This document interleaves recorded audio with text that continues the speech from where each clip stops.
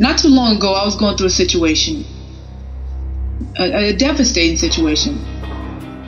Although I was going through this devastating situation, I had a lot of great positive things going on in my life, actually. I just got accepted into graduate school at USC. I just received a scholarship from Topping Scholar, one of the most competitive scholarships on campus.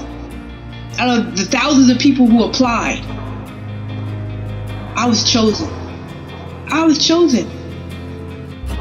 Only 2 graduate students were chosen for this particular scholarship, and I got it out of everyone. Everything else in my life was going great. I was happy, healthy, but this one situation just came out of the blue. I didn't know how I was going to deal with it. But I remember my scholarship. They took us on a retreat. They took us on a retreat for about 3-4 days. And I came back home, and my uncle, he picked me up and he said 3 things to me that always stuck with me, and I never forgot it. The first thing he said to me is, "Don't you drop out of that program."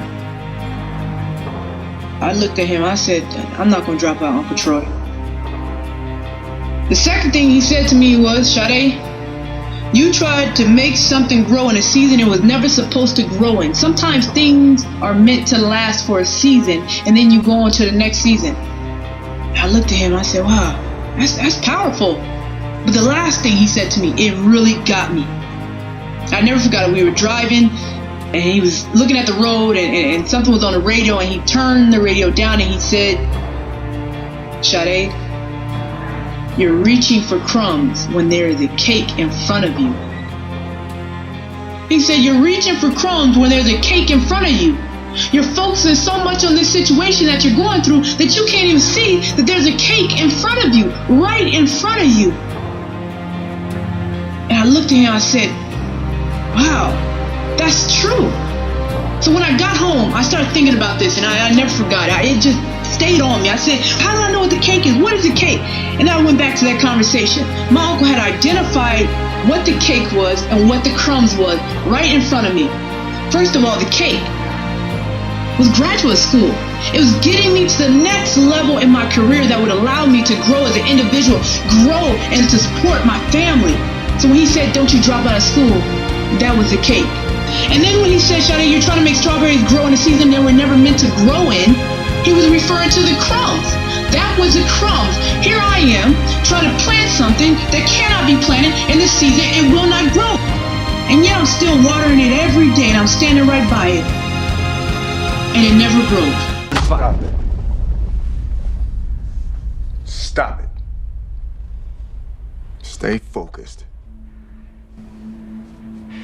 You think I'm gonna let you down now, don't you? I've known you my whole damn life! Okay, this is not easy for me.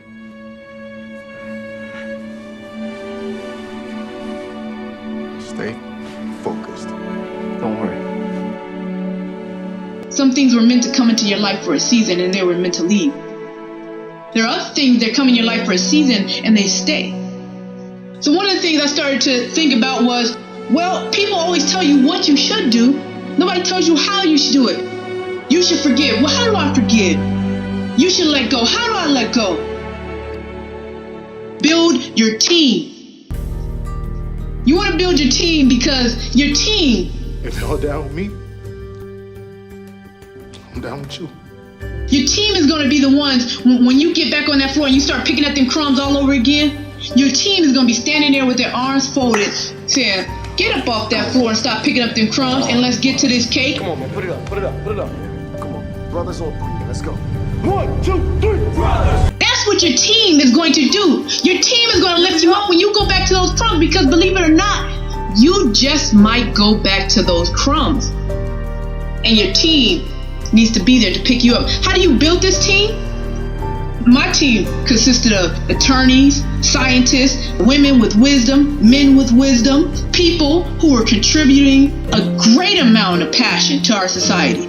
That's what my team consists of now. Build your team, build your circle. That is what you do. Sometimes the crumbs have to do with a lot of hurt, a lot of pain, past situations, and we're still reaching for them. We're trying to rebuild it. You can't make a beautiful cake out of crumbs. I don't know about about you, but I'm ready to sit there and tell people I'm eating a $20,000 cake. I'm tired of eating $20 cakes. I'm tired of it.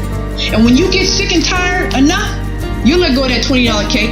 My cake is going to be $20,000. Don't ever let somebody tell you you can't do something. Not even me. Alright? You got a dream, you gotta protect it. People can't do something themselves, they wanna tell you you can't do it.